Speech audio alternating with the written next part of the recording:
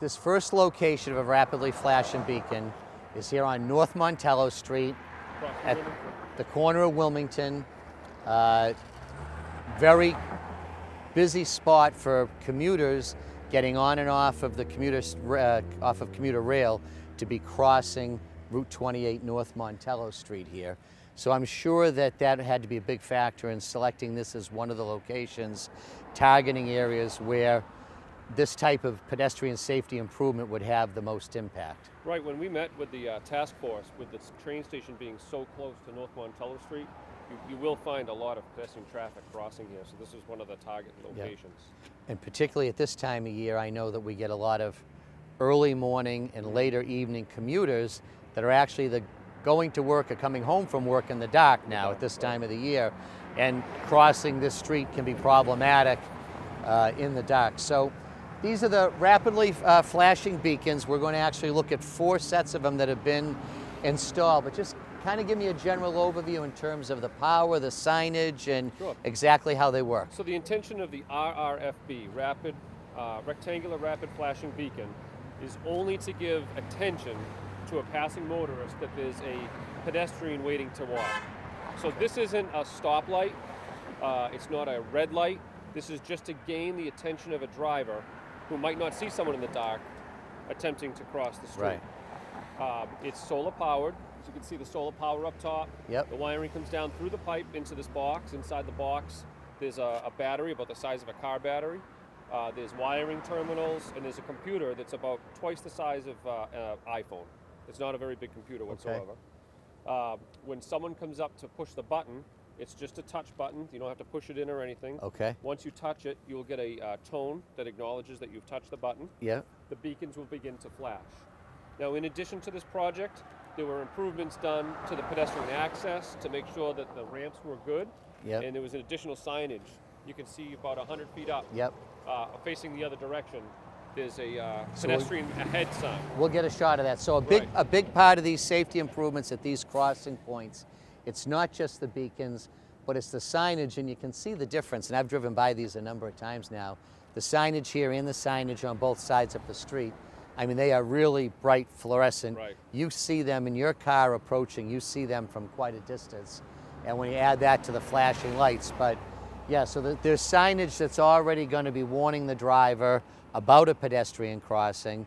And then if in fact someone's getting ready to cross, they hit the button, the flashing lights are going to gain the driver's attention, hopefully in plenty of time for them to stop and allow the pedestrian to cross. Right, and they find that some of the biggest causes of pedestrian accidents is the distracted driver, and hopefully the rapid flashing beacon will get the attention of the distracted driver. Right, so if that driver who may not be paying attention or may not be aware that they're approaching a popular pedestrian crossing, between the signage, the flashing lights, it's going to catch their attention. Hopefully they at least take their foot off the gas and slow down a little bit to look to see what might be there. So the flashing beacon, it's not a stop sign. It doesn't require a driver to come to a stop. It's designed to make the driver aware that there may be someone getting ready to cross the street right through their path. That's correct. It's also important to remember that you need to use the crosswalk.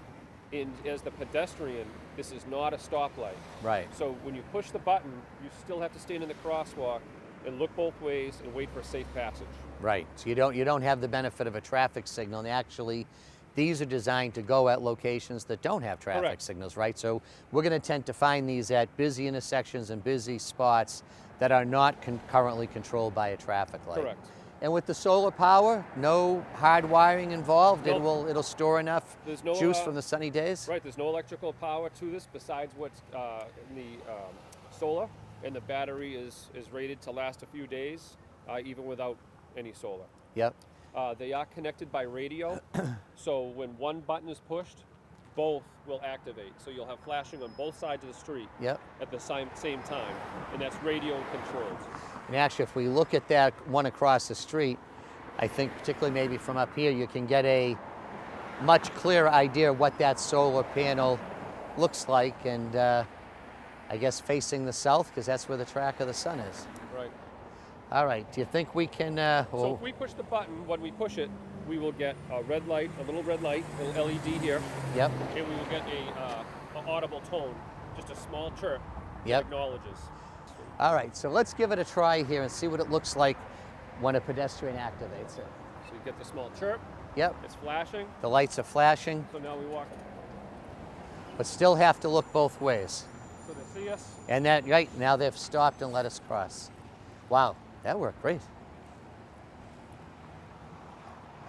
And it's still flashing, so still plenty of time. Yep. Uh, So the key is the light doesn't require the driver to stop. The light doesn't require the driver to stop, but hopefully by drawing attention to it, the driver now sees the person in the crosswalk and comes to the stop to allow them to cross. Yeah. Now I've got to tell folks, and maybe we can get a shot of this after dark, but I've come by here a couple times at night, and I mean, there is a dramatic difference in how visible those beacons are at night. When you're coming down this street at night and that beacon's flashing, you can see it from a long, long distance. It's drawing your attention. And it almost reminds you of a railroad crossing. It's Right. like approaching a railroad crossing, kind of the same idea, except for a pedestrian crossing. Right. All right, we'll take our chances and try going back again. Okay.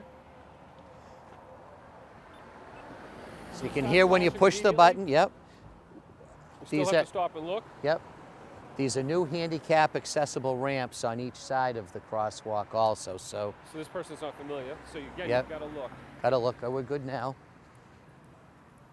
And I think it's important to note that part of this project required by law was making sure that this intersection was fully ADA compliant. Right. So another benefit, and it did take a little away from some of the pedestrians, the extent of some of the equipment we could purchase, but in terms of us moving towards complete streets Right. and accessibility, we've not only redone the crosswalks and put this equipment in, but we've now also ensured that someone in a wheelchair can cross safely also. Right.